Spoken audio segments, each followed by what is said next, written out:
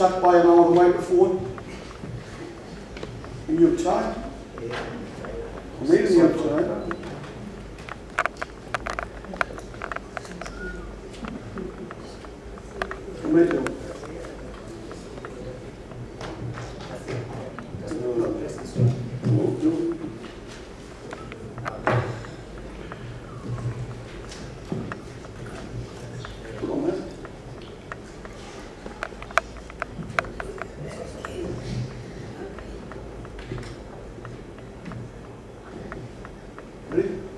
Start now? Yep. Good evening, everybody. I'm the chairman of the All-Party Parliamentary Group on Third World Solidarity.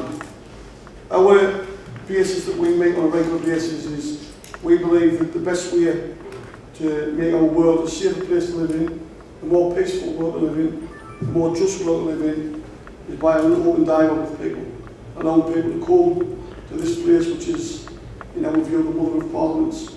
So we can hear from all sides and we can help to try and make the world that you come from and the world we live in a better place for all of us.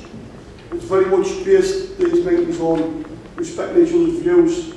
We don't necessarily have to agree with each other, but we do expect these people treat each other with respect when they make any contributions and in any discussion we have going forward. We do have a number of speakers tonight, and I'm going to start right at the beginning with my colleague and comrade, Alderman Mushtaq, who's going to talk about the background of our organisation and the work of human rights. Chairman, thank you very much.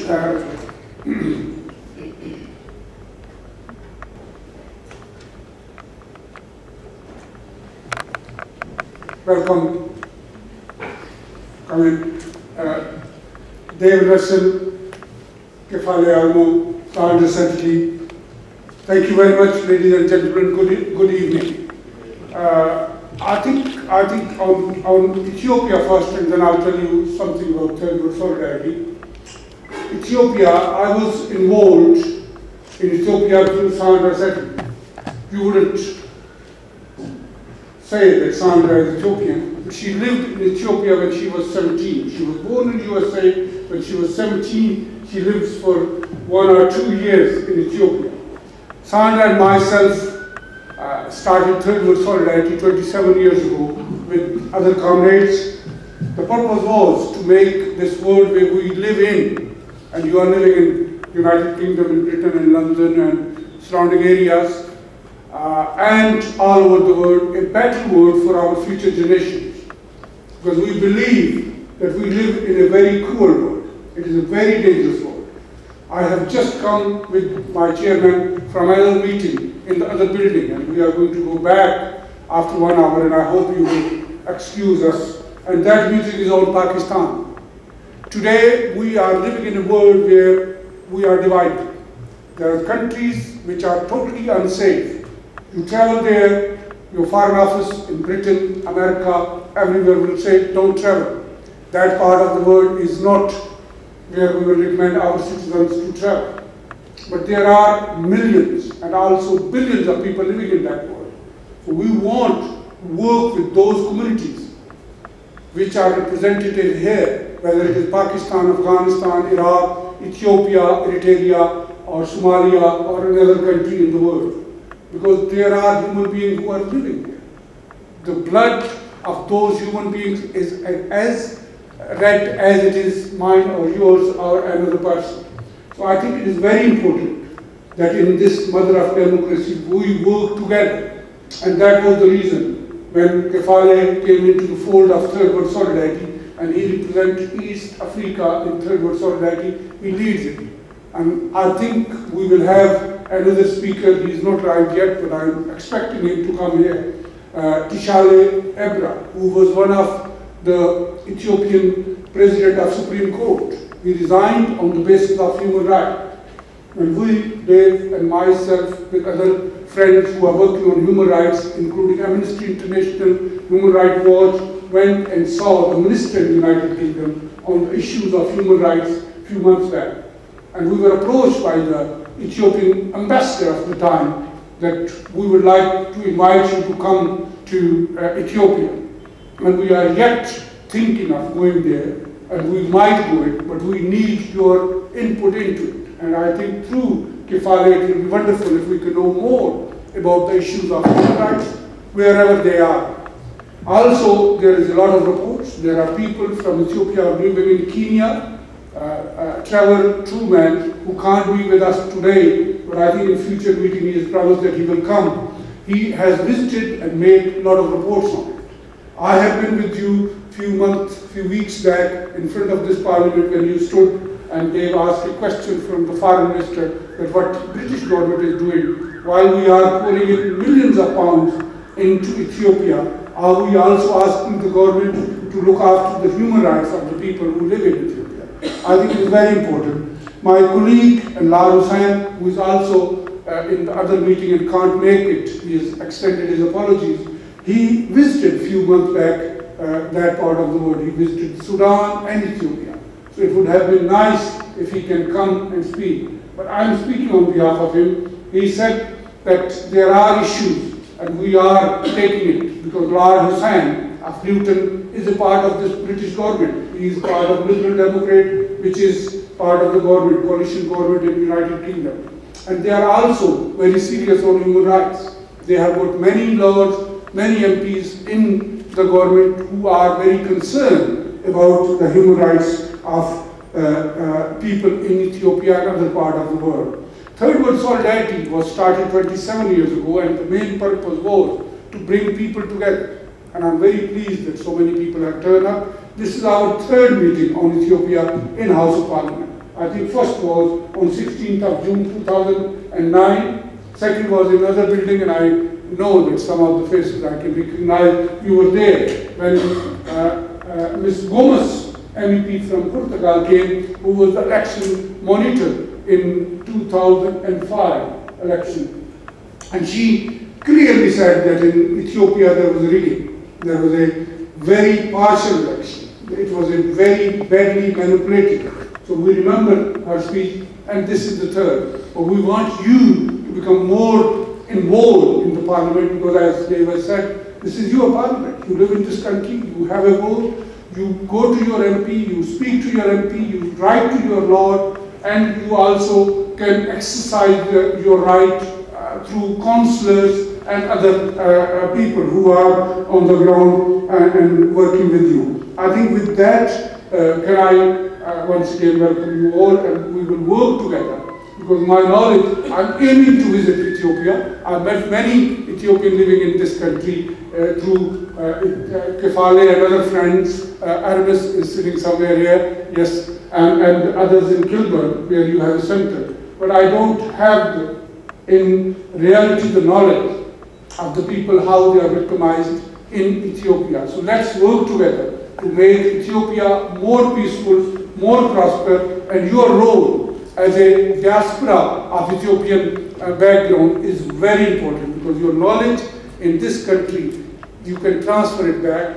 Your people of next generation are here who can learn in the United Kingdom and take it back to Ethiopia and make Ethiopia a better country. And once Ethiopia is a better country, we can have a better world, which Third World Solidarity stands for. Thank you very much.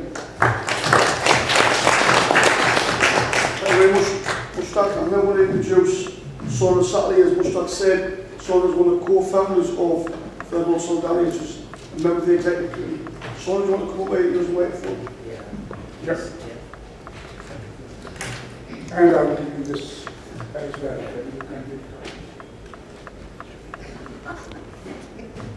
Sorry.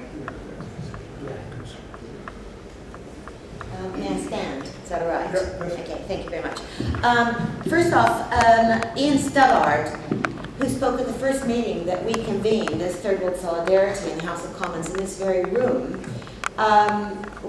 he exposed the famine for television in the UK, and he spoke that first night with our first meeting here. He sends his apologies because he has an ill relative in Ireland and couldn't make it tonight. But he has many stories to tell, and some of you who were here then may remember that he spoke at the time. Subsequent to that, we've had a second meeting, and after mentioned by Mushtaq Lasharie, for Ethiopia. Ethiopia is close to my heart, and I'm a little surprised that there are fewer people here tonight than the first and the second meeting, but I can only put that down to this is Britain, it's summer, enjoy it for a couple of days possibly, and it's the season for sports, etc., etc. But I know from all the people that I work with that Ethiopia should be more at the front agenda in politics, and it isn't. So, to kick off, I'm going to speak briefly. I'll confine my comments to general observations, peppered with my personal experience in Ethiopia, Addis Ababa, and sometimes outside of Addis Ababa. And Ethiopia, as we all know, is, apart from Liberia, Africa's oldest independent state. In our fraught geopolitical world, it is no doubt good news that Ethiopia is more in the media nowadays, not for drought, famine, and war, but for economic development and issues such as a somewhat controversial dam. All that's good news.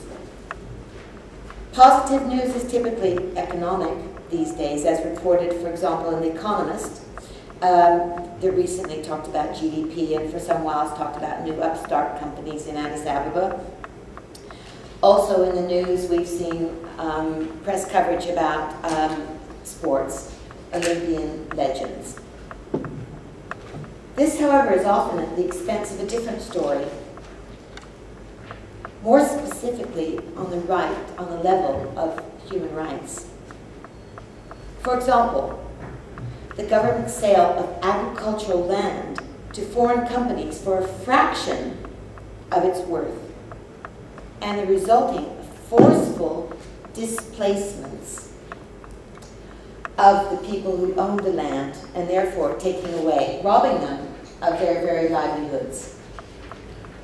It was reported in The Guardian in February that the Indian companies have purchased 1.5 million acres of prime farmland in this capacity.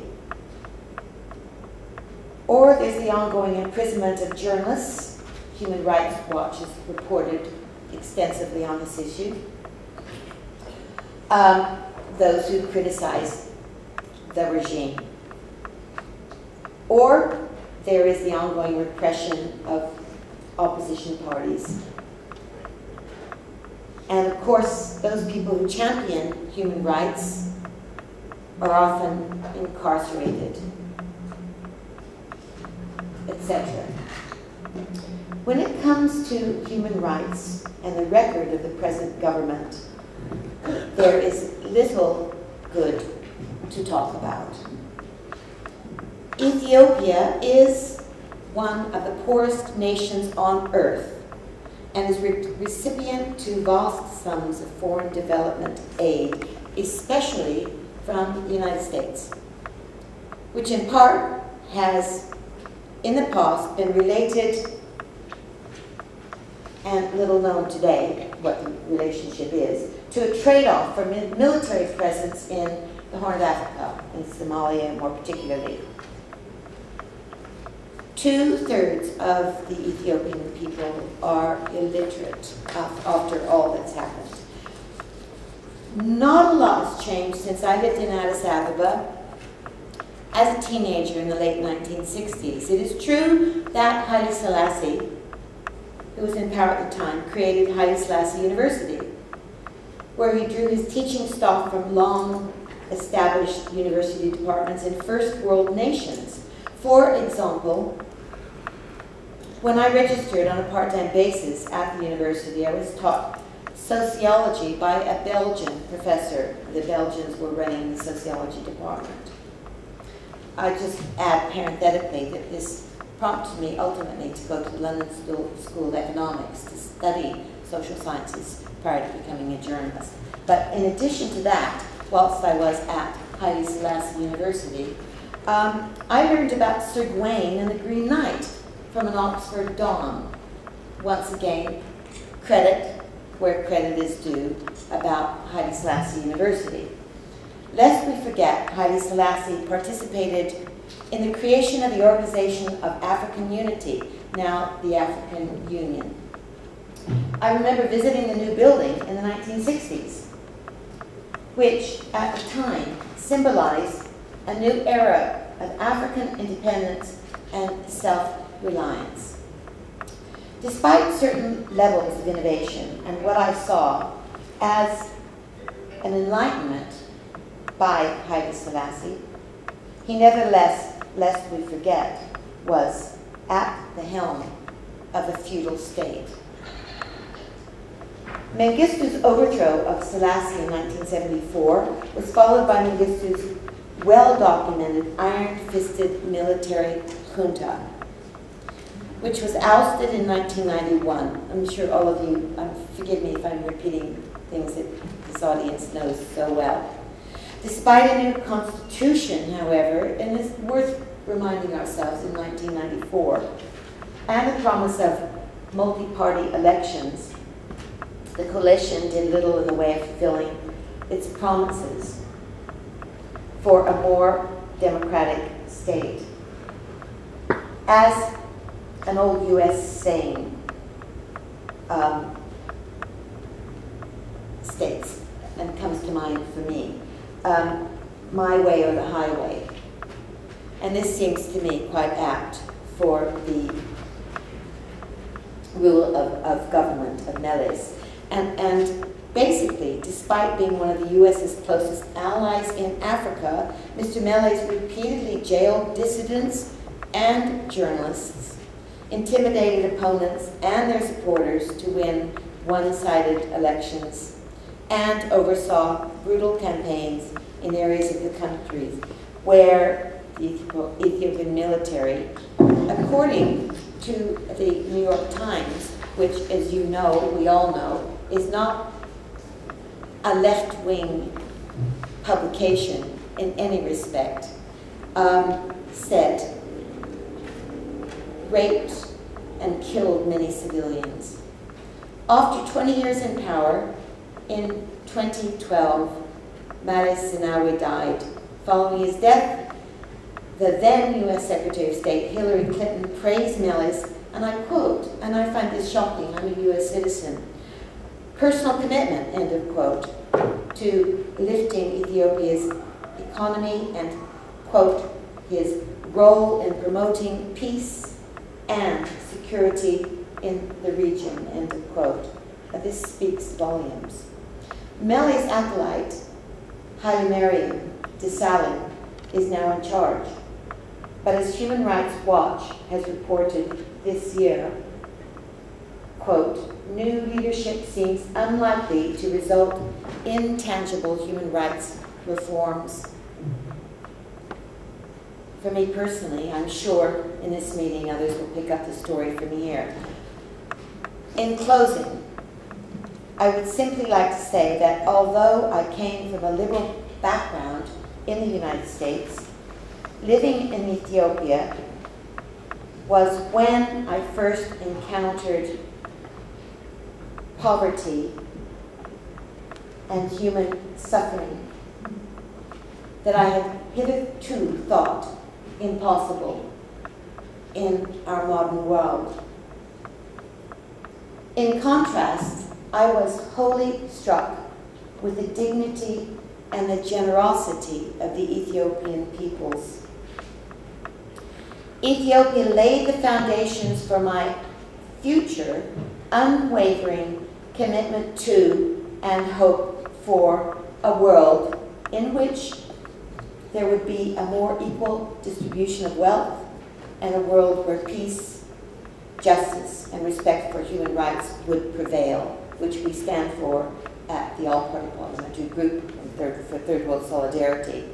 Sadly, on all these counts, the global record is not good, and Ethiopia is on a par with too many others in the world. Thank you.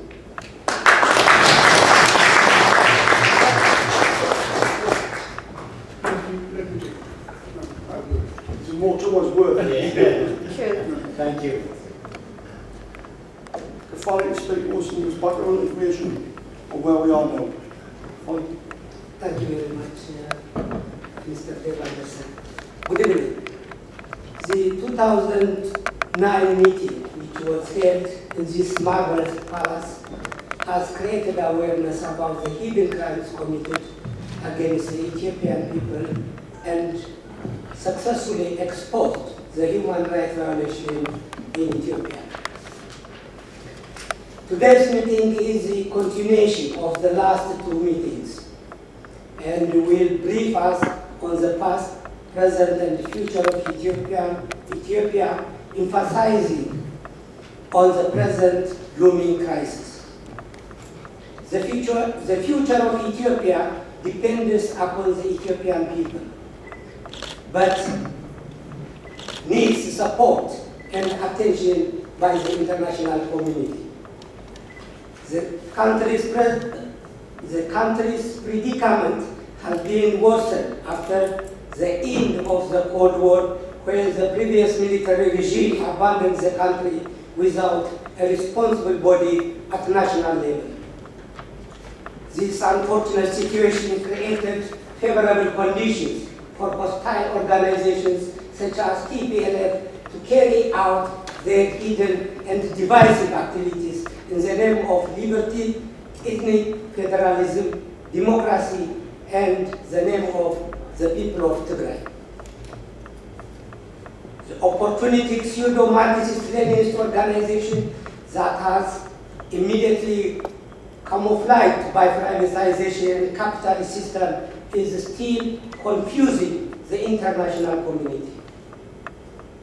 Until his death in 2012, the late notorious ethnic-based dictator Zenawi committed shocking atrocities against the Ethiopian and neighboring innocent people by killing, imprisoning, torturing, displacing, and persecuting.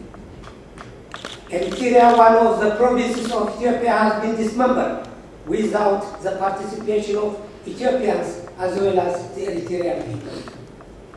TPLF was simply forcing and advocating separation. Then it carried out illegal separation without a proper agreement and a clear border demarcation. This ignoramus and hatred-based decision instigated a senseless, destructive war that consumed hundreds of thousands of Ethiopians and a huge amount of waste. Consequently, Ethiopia became a landlocked country because of TPLF's refusal to claim Assam and the 500-kilometer coastal line. Americans and most of the international community members wanted Zenawi to claim and take Ethiopia's historical support, but Zenawi, the wicked, refused to do so. To date, the unsettled issues because of TPLF's negativity to Ethiopia is a great concern for future peace and stability of the area.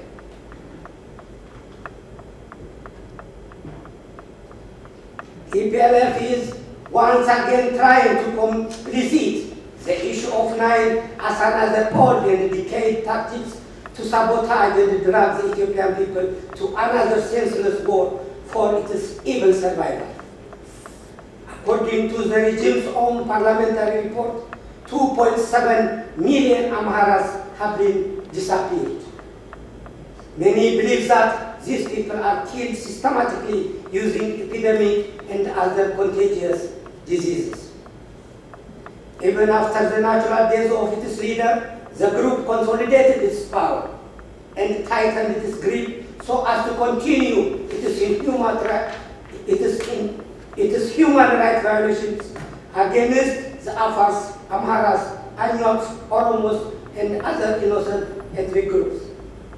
Furthermore, the remnants have been trying to glorify the dictator with imagined crises and false statements. The people of Ethiopia believe that honoring Zenawi is an insult for all victims of innocent citizens who had perished by his direct order.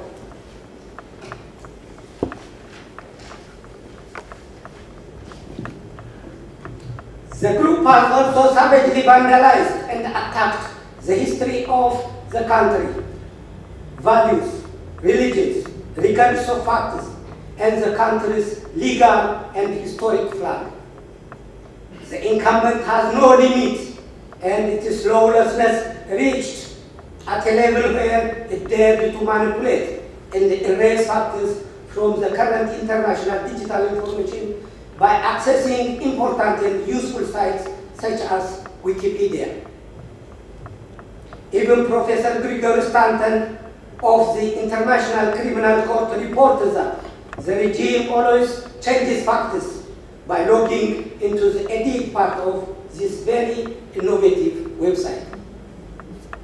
Ethnic-based racism and anarchy emerged as one of the present day's most dangerous, inhuman thinking, which is damaging this wonderfully developing and integrating world. When the international community is coming closer and the purpose of assimilation is in progress, on the contrary, we have been witnessing savagery and brutality in ethnic conflicts and terrorism. During the Second World War, Ethiopia was in similar predicament. Revising the past human history may help us to remember the suffering of the international community because of that destructive war. This again reminds us the most popular quote of the present day, which says, injustice anywhere is a threat to justice everywhere. It will be ridiculous to talk about the development in figures, when millions are starving, tens of thousands are displaced, and when genocide and ethnic cleansing are in progress. According to GIF, Zenawi and his group has looted $11.7 billion only between 2009 and 2009. In addition to this, www.therichest.org has reported that the guerrilla fighter Zenawi net worth currently stands at $3 billion US. The remnants of Zenawi have continued to beg money in millions, while they are robbing in billions. The amount of outflow from this poor country reached $16 billion US in 2013. No one today asked the incumbents why they are begging in millions while they are robbing in billions. Why Ethiopia is known as a poor and starving nation if it has elicited this unbelievable amount of financial outflow. Zenawi's regime has marginalized and impoverished the large part of Ethiopia, while he has been investing in railways, heavy industries, roads, electrification, education, and health services for his sole ethnic group. This is not fair. According to the World's Environment Development Agency, a sustainable development is that meets the needs of the present without compromising the ability of future generations to meet their own needs. The regime has been doing the contrary by forcing the indigenous people from their ancestral land and by displacing citizens without their consultation and participation.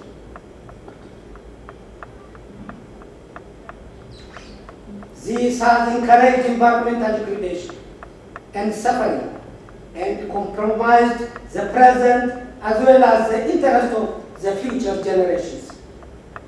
The unprecedented corruption and unjust distribution of resources across the region has greatly sabotaged and crippled the country's development for the last long 22 years. TPLF has terrorized the Ethiopian people, and Ethiopia has always been victim of terrorists. In an exclusive interview with Isaac, president of the Genocide Watch, Professor Gregory Stanton, said, The FBI has got the TPLF already in its sight. It knows very well that TPLF is a terrorist organization.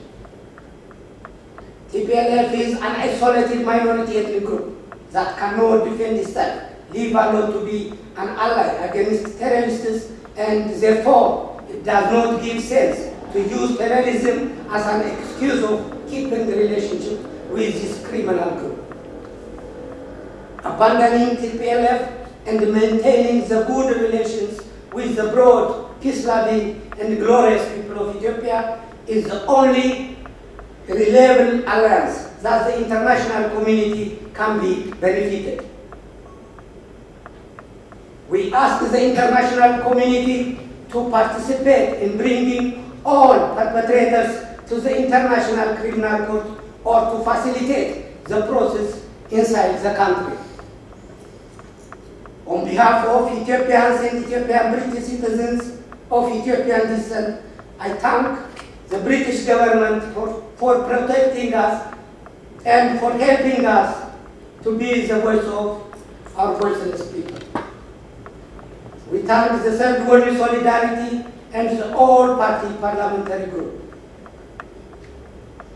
It is my greatest pleasure to thank Mr. Dave Anderson, MP, and Alderman Mushtaq Lasharie for their compassion and great support to the Ethiopian people at all times. I'd also like to thank the Executive Committee of the Third World Solidarity, Lord Karenbeck MP, and other parliamentarians for their direct and indirect support for myself and other Ethiopian refugees. I want to thank you all for giving your valuable time for this very important and rewarding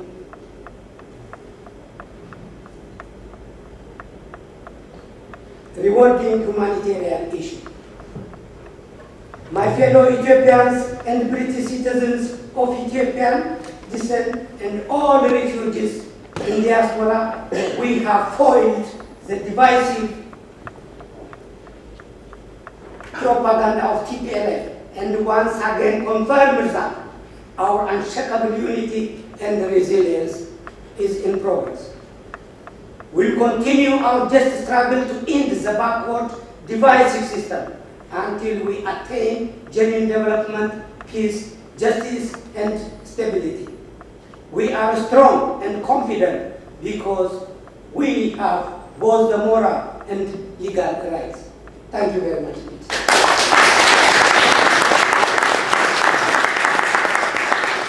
Thank you very much, Troy. I would now like to ask Mr. Morgan to speak to us on the issue of corruption. Do you want to come up here?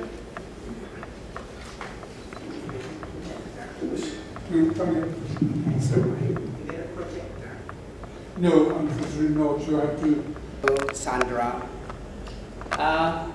Ladies and gentlemen, I'm very happy to be here today, and I wish I had a projector because I could have shown you lots of things on the projector. Unfortunately, it is not there. What I'm going to talk, in general, what I'm going to talk about is, I've summarized the topic into Ethiopia, legally corrupt state, okay? Where corruption is legally allowed. As long as you don't fall out with the government, you are allowed to amass as much riches as you can, as long as you don't step out of the line, and that is falling out with the government. As you have already heard from Saundra and from Kefale, you've seen that the Ethiopian government is selling lands everywhere. They evicted the people from Gambela to make way for the Indian agro-conglomerates. They have got a land the size of Switzerland, believe it or not. How can this be acceptable? It's one thing you should take. The people of Omo have been evicted from their homeland to make way for the international investors. How can we put up with that one? These indigenous people, people's lives have been destroyed totally of our people. A huge land, about 16 square kilometers, have been given to the Sudan. A fertile borderland have been given freely to the Sudan in return for their assistance while they were in the bush fighting the Ethiopian government or the military regime at the time. Can you believe what had happened? The farmers at the land fought back against the occupying Sudanese army, and they managed actually to stand for a while. But you couldn't believe this. From the back, the Ethiopian military came and destroyed them. How come one believes that? But it actually happened. This is a government not working for Ethiopia, but against Ethiopia. It is there. It's just in Ethiopia to amass as much money as it can to build the future Republic of Tigray. They don't think Ethiopians. They don't consider themselves Ethiopians. But that is what is going on in Ethiopia. Land. Everybody has got land now. There is land to grab. Ethiopia is up for a sale. Anyone with money can go and get. Believe it or not, Egypt has got 20,000 acres of land, Ethiopian land. What does that mean? How can I put that one? Imagine 1 acre is 1 stadium. 20,000 acre means 20,000 stadium, just approximately. That much land had been sold. And that land is the land of the Amharas and the land of the Afars.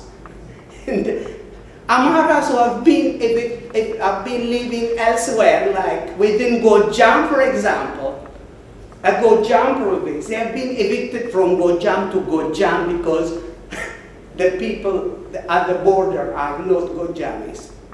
And they have divided us along ethnic lines and putting one against each other and doing all that.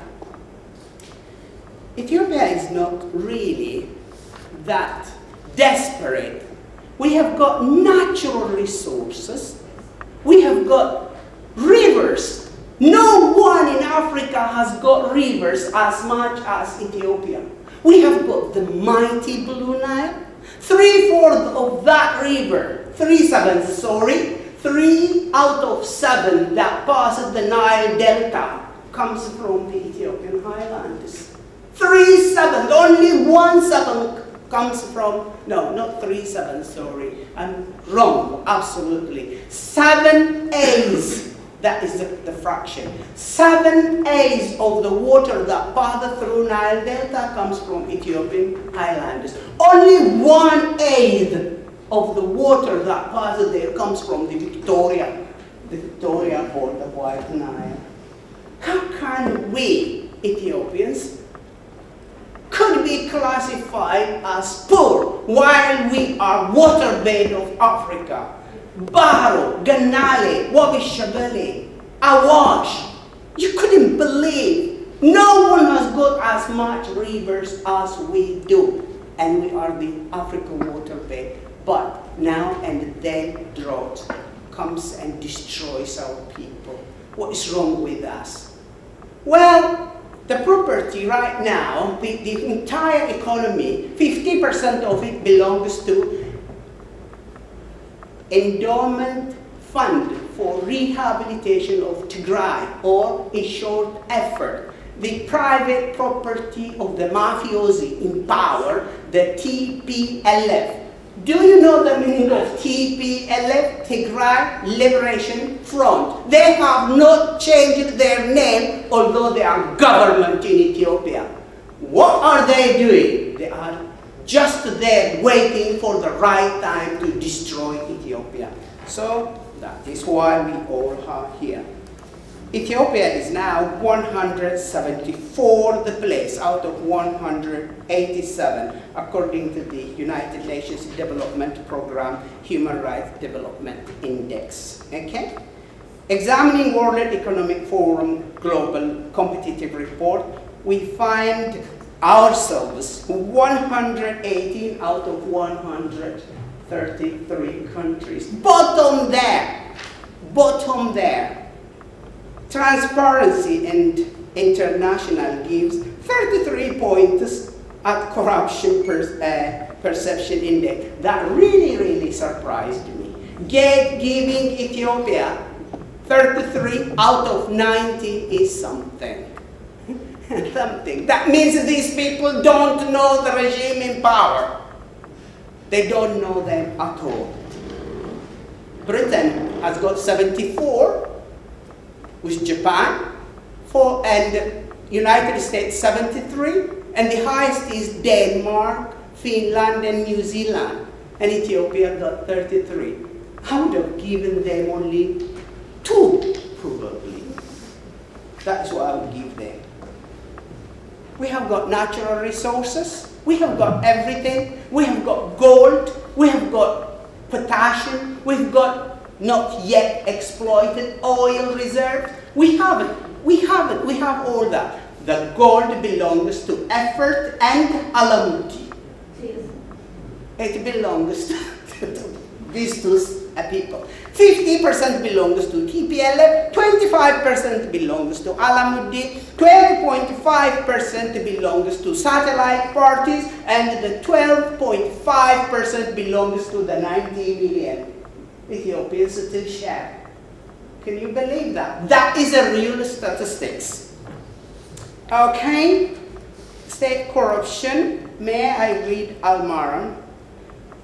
He says, recently the World Bank released its 448-page World Bank report diagnosing corruption in Ethiopia, with evidence gallery showing that Ethiopia under the absolute dictatorship of Meles Zenawi regime has become a full-fledged corruptory regime controlled and operated by a small clique of corrupt to the core, vampiric, kleptocratic, who cling to power to rid themselves at the cost of public.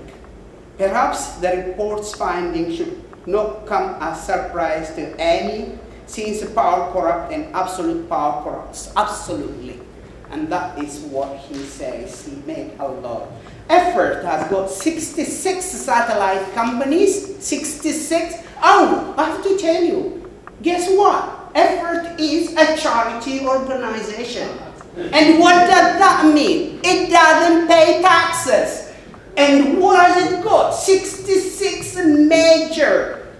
In every sector, they have to make big companies.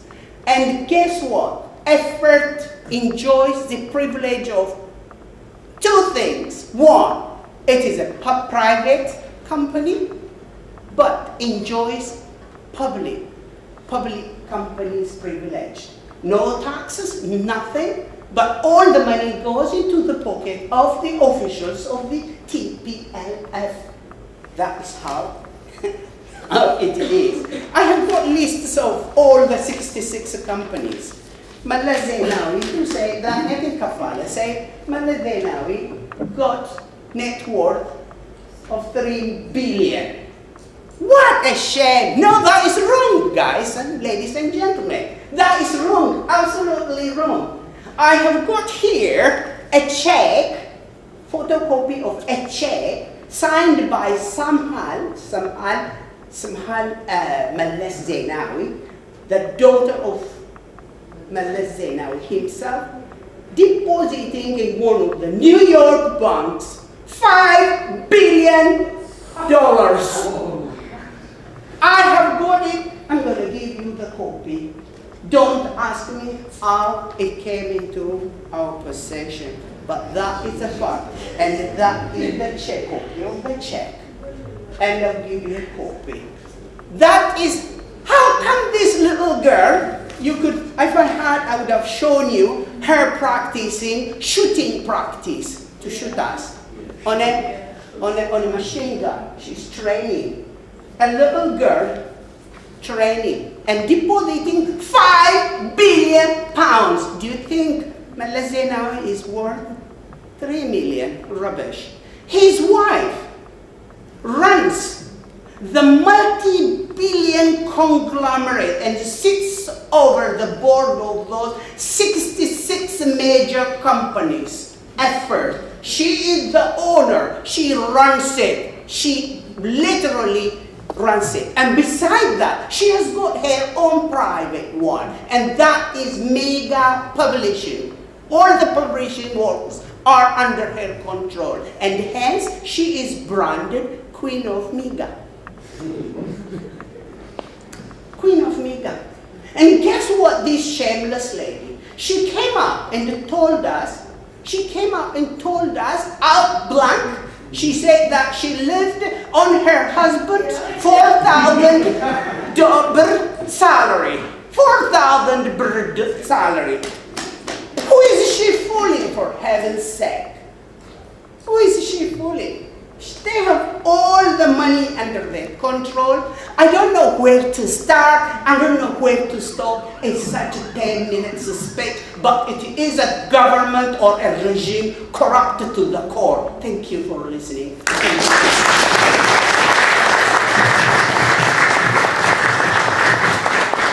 you very much for a very passionate speech. I would now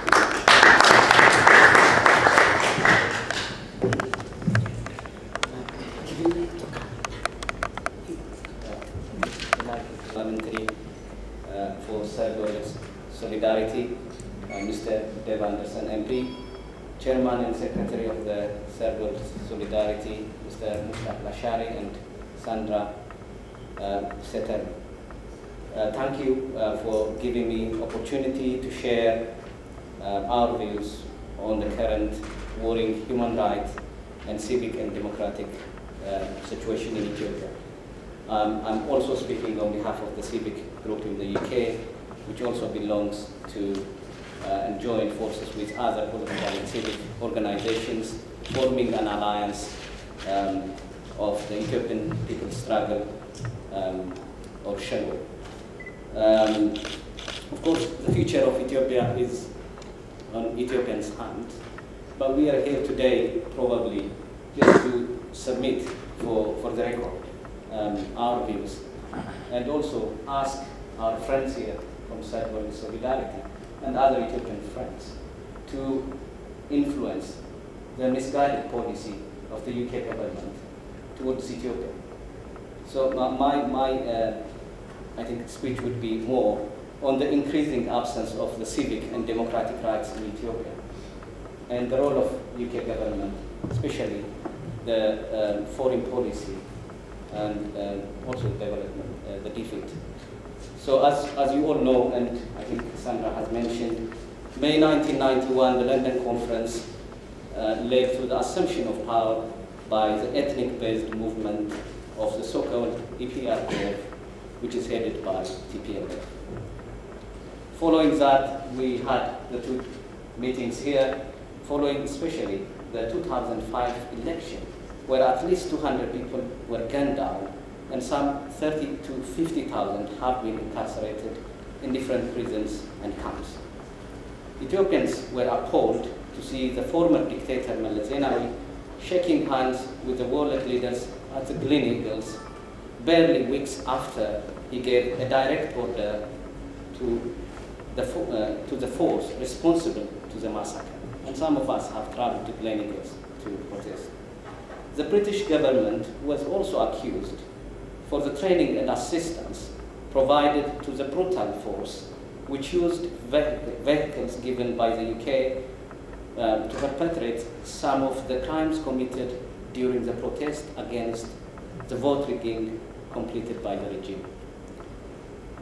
That led to the temporary suspension of the direct budgetary aid the UK was providing, which was soon released to be given at regional and district level.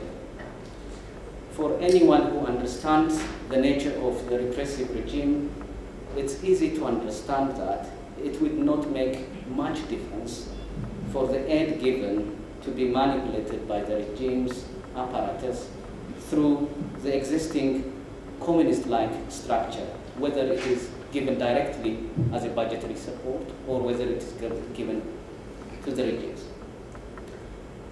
The well-evidenced narrowing of political and civic space in the country since then, since the 2005 election, was done under the guise of highly controversial laws rushed and introduced to restrict any kind of dissent against the regime.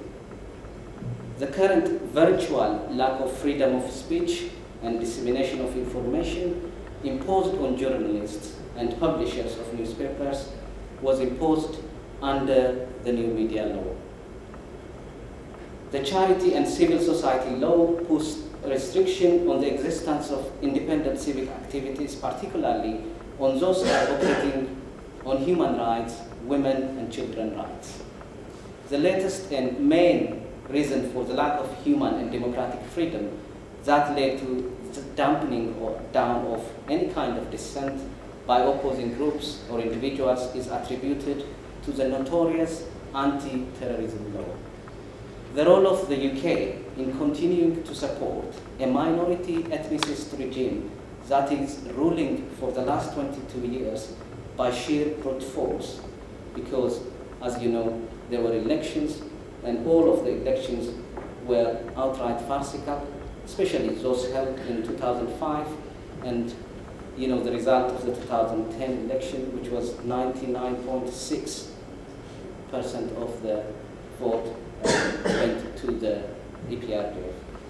And the last local election, which happened a few months ago, led to an outcome of almost 3 million candidates nearly had been given to the APPG. So the other point that was raised is aid being used directly or indirectly as a weapon to stifle any kind of dissent and as a punishment to all who oppose the regime is very much widespread.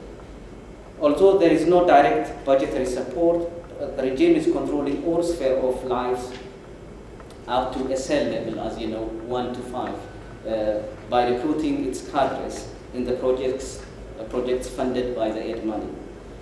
This is done openly, as it is well known that you have to become a member of the ruling party to get any kind of privilege, including employment, education, and other similar rights. There is ample evidence that fertilizers and food aid in certain areas have been denied to people who allegedly supported the opposition parties during and after elections. Recently, crimes in areas such as Wogene and Gambella included atrocities and displacement of people from ancestral land in the name of development and villagization. Accusations were also made to defeat UK that the government involvement in terms of violation of basic human rights and rights to live in their own ancestral land. The regime that had received billions of pounds of UK taxpayers' money in the last 2 decades is listed to be heading the country to a failed state in the next decade if things continue the same way.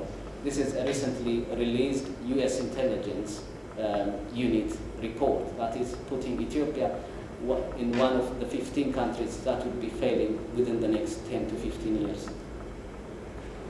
The latest evidence is now suggesting that the regime is not only corrupt to its roots, but also have been stashing away stolen money in international banks, and my colleagues have mentioned 12 billion in the last 10 years, and the late despot Meles Zenawi has been exposed to be the richest dictator in Africa with 3 billion hidden away under his name. In this light, the recent event celebrating his achievement in this same house, after he brought such suffering and destruction to many people's life, is not just a shame, but also shows how some of the current and past politicians and policy makers are detached from the grim reality the country currently finds itself. Independent international sources claim that there are still around 10,000 people incarcerated in the countless prisons and detention centers across the country. The list includes 6 internationally recognized journalists such as Iskender Nagga, Riot Alemu, Ubishet Taye, Yusuf Getachew, and 2 other Eritrean journalists, making the country one of the worst offenders of freedom of expression in Africa. That is a report from CPJ, Committee to Protect Journalists. Furthermore, political leaders such as Andualam Nagga, Zarihun, Bakala Garba, Olbana Lilisa, and many others have been sentenced up to life imprisonment for nothing other than waging a peaceful and legal opposition activities. The regime is giving away land, as it has been mentioned, to foreign investors from China, India, Saudi Arabia, and on unbelievable low prices, while displacing indigenous people. Recently, the regime also had perpetrated ethnic cleansing of Amharas from the 2 regions in the name of development, that is Guraferda in the south and Benshangul and Gumuz.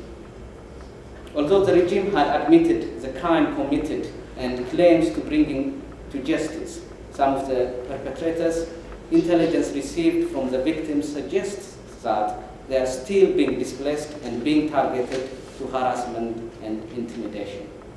The regime has also been interfering in the religious affairs of the major religions despite the clear description on the constitution about the separation of state and religious affairs. The regime has been imposing its will by appointing its own cadres in the establishment of both the Ethiopian Orthodox institution and the Muslim institutions, denying the faithful to appoint their own religious leaders. So the question is it worth financing such outright dictators who are now ruling not only in the name of revolutionary democracy, but also putting a level of developmental state to cover up for their own party state, one-party state reality that is existing in Ethiopia now. Lagging an economic development of a double-digit growth, while a minimum of 4 to 5 million people permanently depending on food aid, and up to 4 billion, as my colleague mentioned, of foreign assistance a year beggars belief. And by the way, Britain is one of the biggest donors.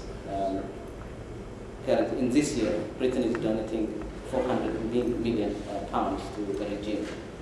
The regime is notorious in making up, submitting its own figures to IMF and World Bank.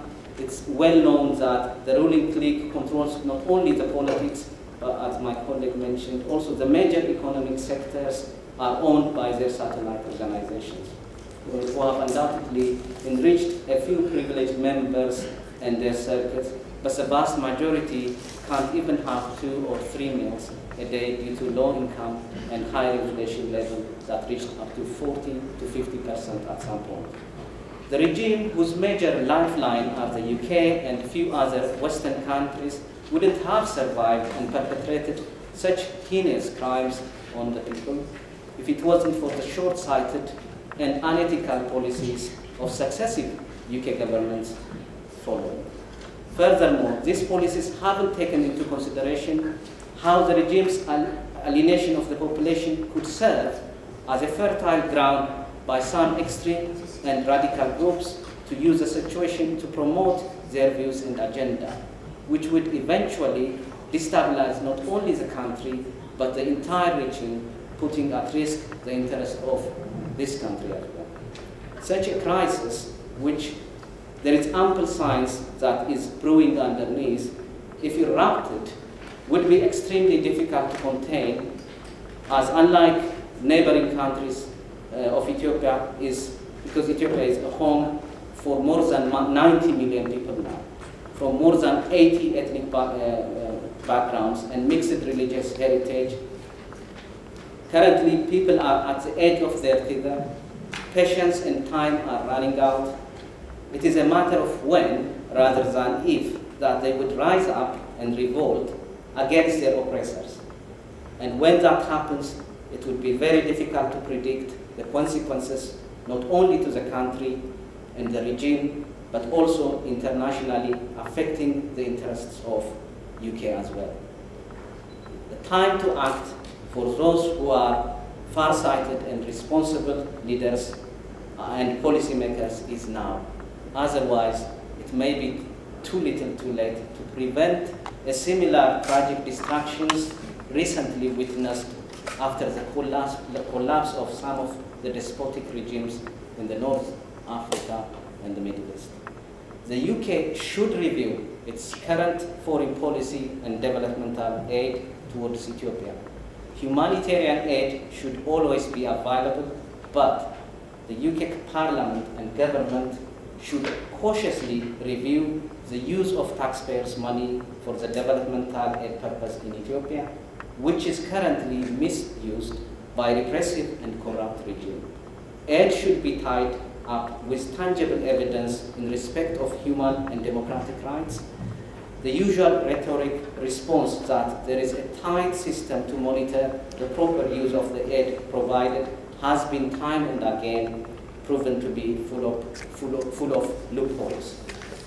We would like to recommend the government considers and attach the following conditions to ensure the proper use of UK taxpayers' money. 1. The immediate and unconditional release of all political prisoners and prisoners of conscience, particularly those primarily recognized by respected international human rights organizations such as Amnesty International, Human Rights Watch, and CPJ. 2. The immediate revocation of all 3 draconian laws which restrict basic civic and democratic rights. They are the new media law, the charities and civic society law, and particularly the anti-terror law. And number 3, the immediate cessation of the regime's interference in the religious affairs and establishment of citizens. Number 4, the immediate respect of citizens' freedom to exercise their human and democratic rights and the right to freely express opposing views by belonging to civic and political organization. And lastly, the immediate cessation of divisive ethnic policies that promote ethnic discrimination. And the representatives of the Third World Solidarity,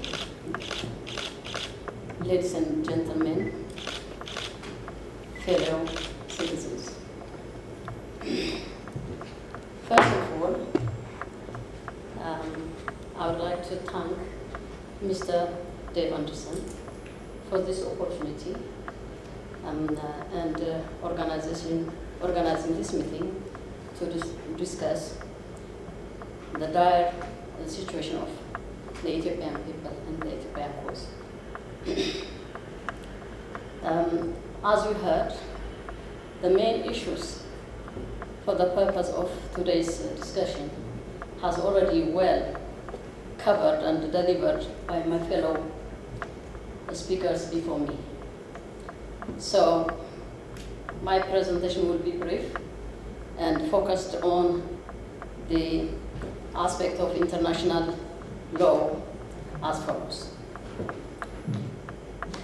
Now, as you heard from the narrative delivered, there have been crimes committed by the regime of Ethiopia for the past 22 years on its citizens, and he's supposed to protect.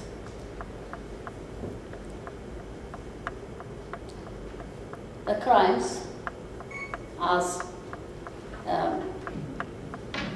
already expressed in details by my fellow speakers, from displacement to torture, imprisonment, deprivation, the basic human rights, opportunity of their property, denying them freedom of choice, participation, including religious freedoms, which contravenes the UN Charter, 1945. The international community drafted, intended to avoid such a heinous crime committed in the whole world on individual human being.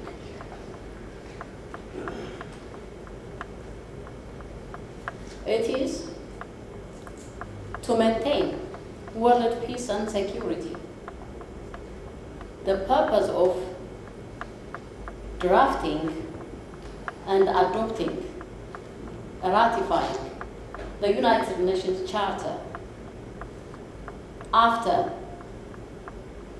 the League of Nations has failed during the First and the Second World War, where fascist Mussolini invaded Ethiopia, and the Japan imperialism invaded Manchuria, which wasn't their part, belongs to China. And the Holocaust, to correct the defect of the League of Nations and to not repeat again another Holocaust. And accordingly, they managed to abolish the minority regime, the apartheid of South Africa.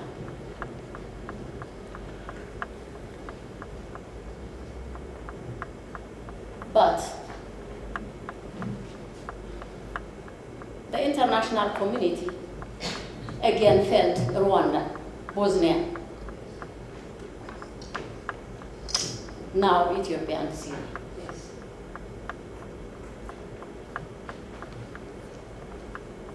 Is it not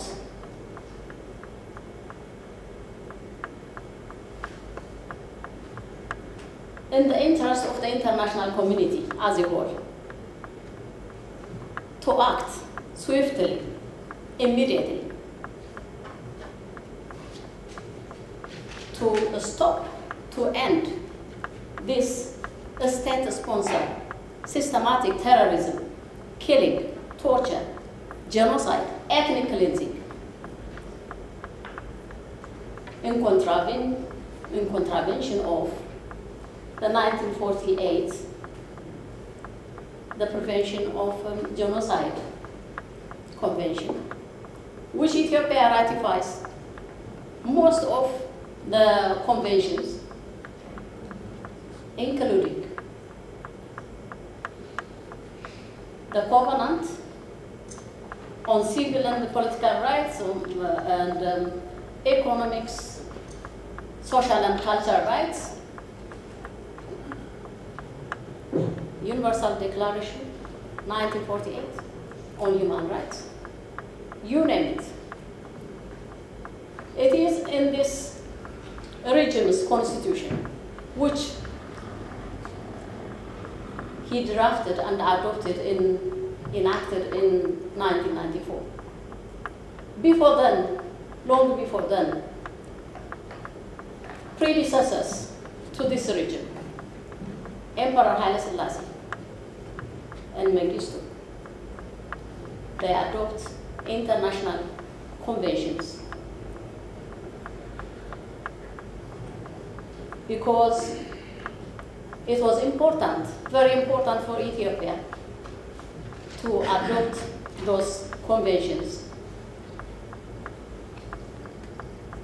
because once we felt the heat when we were invaded by the fascist Mussolini, illegally, a sovereign state, out of the blue, twice, and committed the crime of genocide and the crimes against humanity. Still, we demand, we're still waiting meaningful, proper compensation and apology, both from Vatican for its involvement and the government of Italy.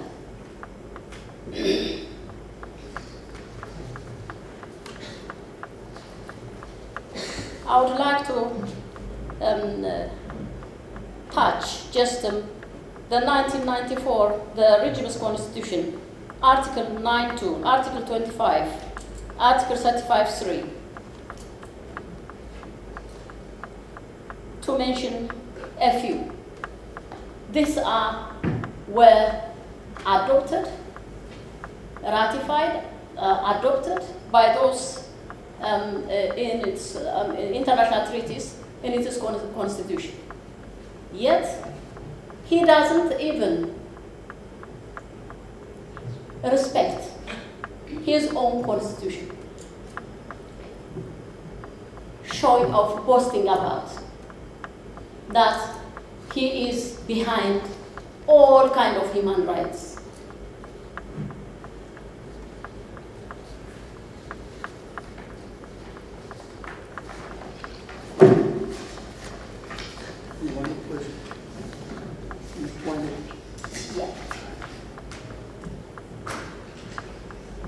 Now,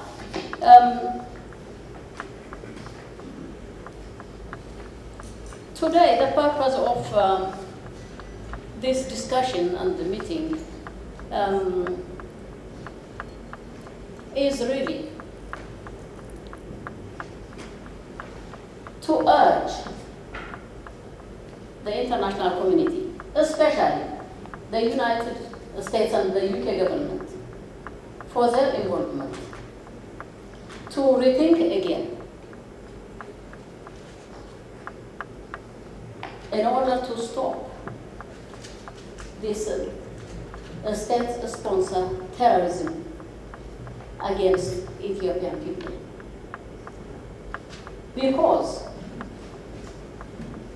we know you have a duty by all international human rights conventions, treaties you signed to, and also made to maintain, preserve international peace and security in the world.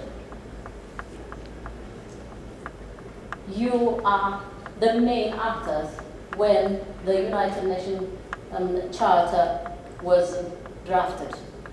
I thank you for the opportunity. And thank you for the venue to discuss about the cause of Ethiopia. Thank you very much. We now have a contribution from Mr. Itachu Alemu, sorry. Do you want to speak from your, what do you think? It is one. Well, factors as well. One, we have lost hope in democratic struggle. That's one. The refugee community has fought this government democratically for the last 20 years, and all what we do is support participation. That's all what we do. And part of we achieved. One of the speakers said 99.6% were elected for the government. One opposition member out of 540 MPs. This is democracy, TPLF style. I mean, you give up, you give hope. You don't achieve very much. And the second factor is the wrong hands of the government are coming to Britain, to America. Some of our colleagues that are with British passports, with American passports, who have gone back to Ethiopia to visit relatives or do business, have been put in prison because of their political activities. So we are intimidated, we are frightened, we are scared of this government. Not only our relatives that are being, pushed about, that are being moved from their farms, from their houses, and everywhere, and put in prison for what they have said. But also those of us living outside the country are scared of this government. The government is only only interested in what we expatriate, in the money we expatriate back home, not in our politics. The government is interested in sending out young people to the Middle East, to America, to Europe, so that they can get more money to the country.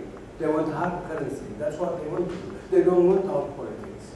So we are intimidated. We are frightened. That's why our numbers are very much reduced this time. And this, we are very thankful to have this meeting in Westminster Palace, expressing our views. But we can't do this anywhere else. We can't do this in Ethiopia. Parties can't do this in Ethiopia. And we are very thankful for us to have this opportunity to air our frustrations, our desperations as well. You see, Ethiopia is approaching a population of 90 million now, if not more than 90 million. But the land is being given cheaply to foreigners, to Chinese, Koreans, United Arab Emirates, and so on and so forth. The manager of the Indian farmer in an interview in Al Jazeera said, "My farm in Ethiopia is larger than my village in India." That's the scale. That's the scale. And the Ethiopian people, 5 to 9 million people don't have enough food every year. And the land is now being given to foreigners, and they are taking out all the food they produce in this agriculture that they farm. Where is the food going to come for all these people now? The numbers are increasing, the destitute people are increasing, the fact that proportion is increasing, and the produce of grains is very much reduced. And I think it's going to be very, very desperate. Above all this, the ethnic cleansing problem is very, very serious. That question that you raised in May in Parliament is a historical question, and we thank you very much for raising that question. It is very fundamental. We have seen the answer. We know the answer. The answer is an official answer. We know what it means. There's no point going into that now. But it is a historical question. For the last 20 years, Amharas have been cleansed from all sectors of Ethiopia. In the beginning of the 90s, a recent clergy interviewed by media said less than 10% of the Amhara population living in eastern Ethiopia is remaining now. More than 90% have been evacuated. They have been sent, I don't know, to other areas, to Addis or other areas. So this cleansing, stop and start cleansing is continuing very, very seriously.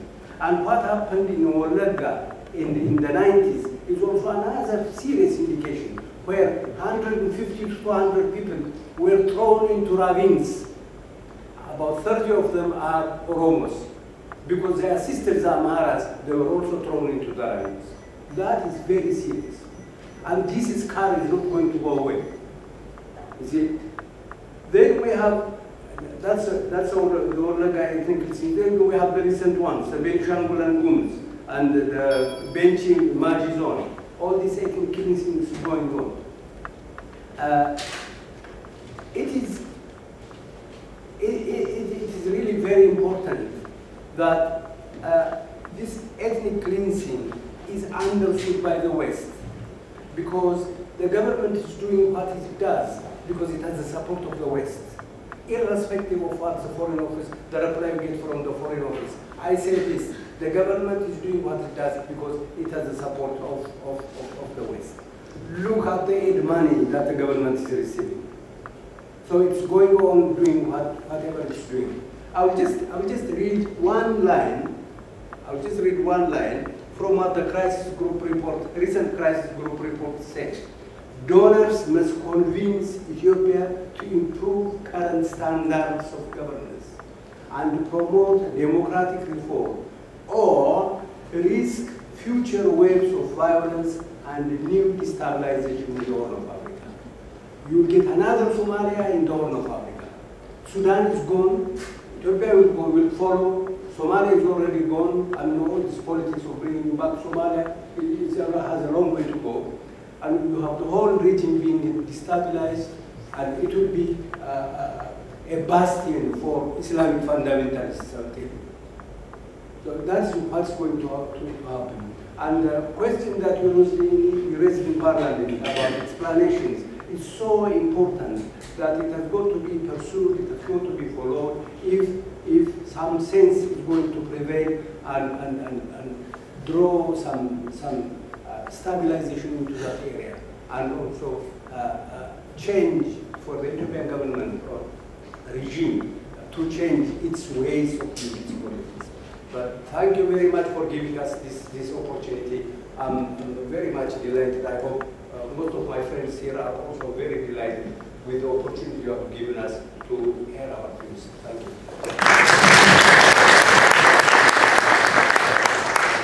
Thank you very much. I can assure you that I'm more than happy to do whatever I can to help to support in campaigns or involved in place, and I will be finished the meeting exactly at 8 o'clock. Okay. Does anybody want to make a comment? And if you look at the Chinese, they bring in their own people from their own country, that doesn't hold water. Secondly, they say that it creates security, food security for the country. It doesn't, because what they produce are to be consumed overseas, they export. They produce rice, which is not local state food in the country. The decision made by the government is made at the central government level, by the federal government, not by local government. People are never consulted on the fate of their life in those areas. That's one point I want to make. Secondly, the Lower Omo area, it is one of the original area in terms of culture and local genetic pool that is destroyed now to produce sugarcane is what they are doing. In terms of the kind of people who are being displaced, these are the Amhara people of the south, about 20,000. It's focused on one ethnic group right now because the government constitution says that anybody can live in the country as they wish. It's not happening. That's very important to highlight. In terms of the money, the kind of money we heard from Dr. Dibu earlier, when they arrived in Sabah 22 years ago, Mr. Moresh and his wife were penniless fighters. Where did this young lady got the 5 million or billion pound in New York? Where is the money coming from? So we understand this government has interest in Ethiopia for their own diplomatic reasons. We understand that. But we would like you to make it safer. We point here, really. Otherwise, it's leading to a point whereby you will be losing the country in terms to protect your interests. That's no doubt. That's what I want to highlight. Defeat is created to promote good governance in third world countries. Is it happening? No, it's not. So you are defeating your own cause really here. It's very important for the government in this country to account for what they give out, 1.3 billion, I think. They should account their check and balance. That's very important. For us, Ethiopians, it's painful to hear the story we had earlier. It's painful, but it's very important for us to recognize it, to really create a strong human rights group in this country, to vocalize this 100 times, because nobody's hearing us. That's what I want to say. Thank you.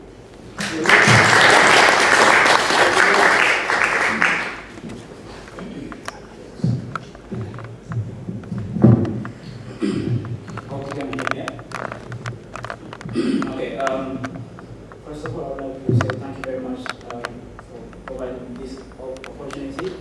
And most of the speakers have mentioned the main problems of the region, what the region caused, or what the region has been causing so far. And I believe our discussion should focus on finding the solution.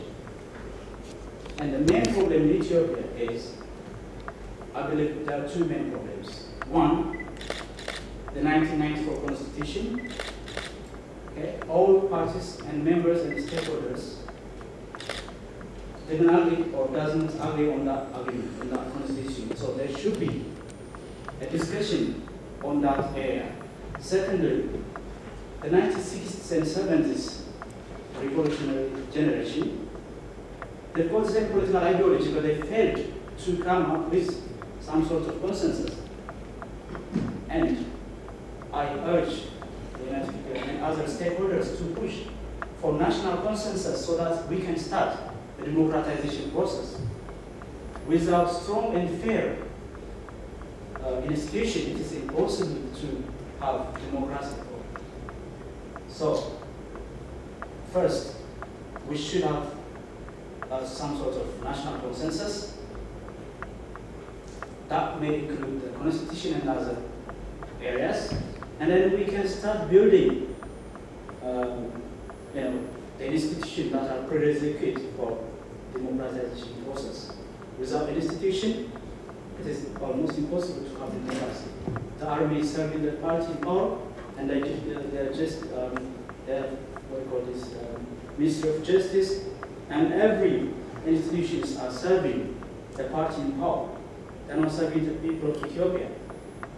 So there should be some sort of national consensus how to get into that stage. That's my point. Thank you very much. Okay. Well, can I just say thank you very much for coming in tonight and for giving me a lot of food for thought. I'd like to have a look at that $5 billion check. Who's got my name on it? But seriously, I'm more than happy to pursue whatever I can work with the Kefale and other people in this room. We will convene another meeting in the near future, probably after the summer, where we'll get people from Amnesty International come and other people from human rights organisations. But I'm very, very happy to take your concerns into this place, raise questions, raise debates, so whatever we do. So thank you very much again for coming, and good luck on your way.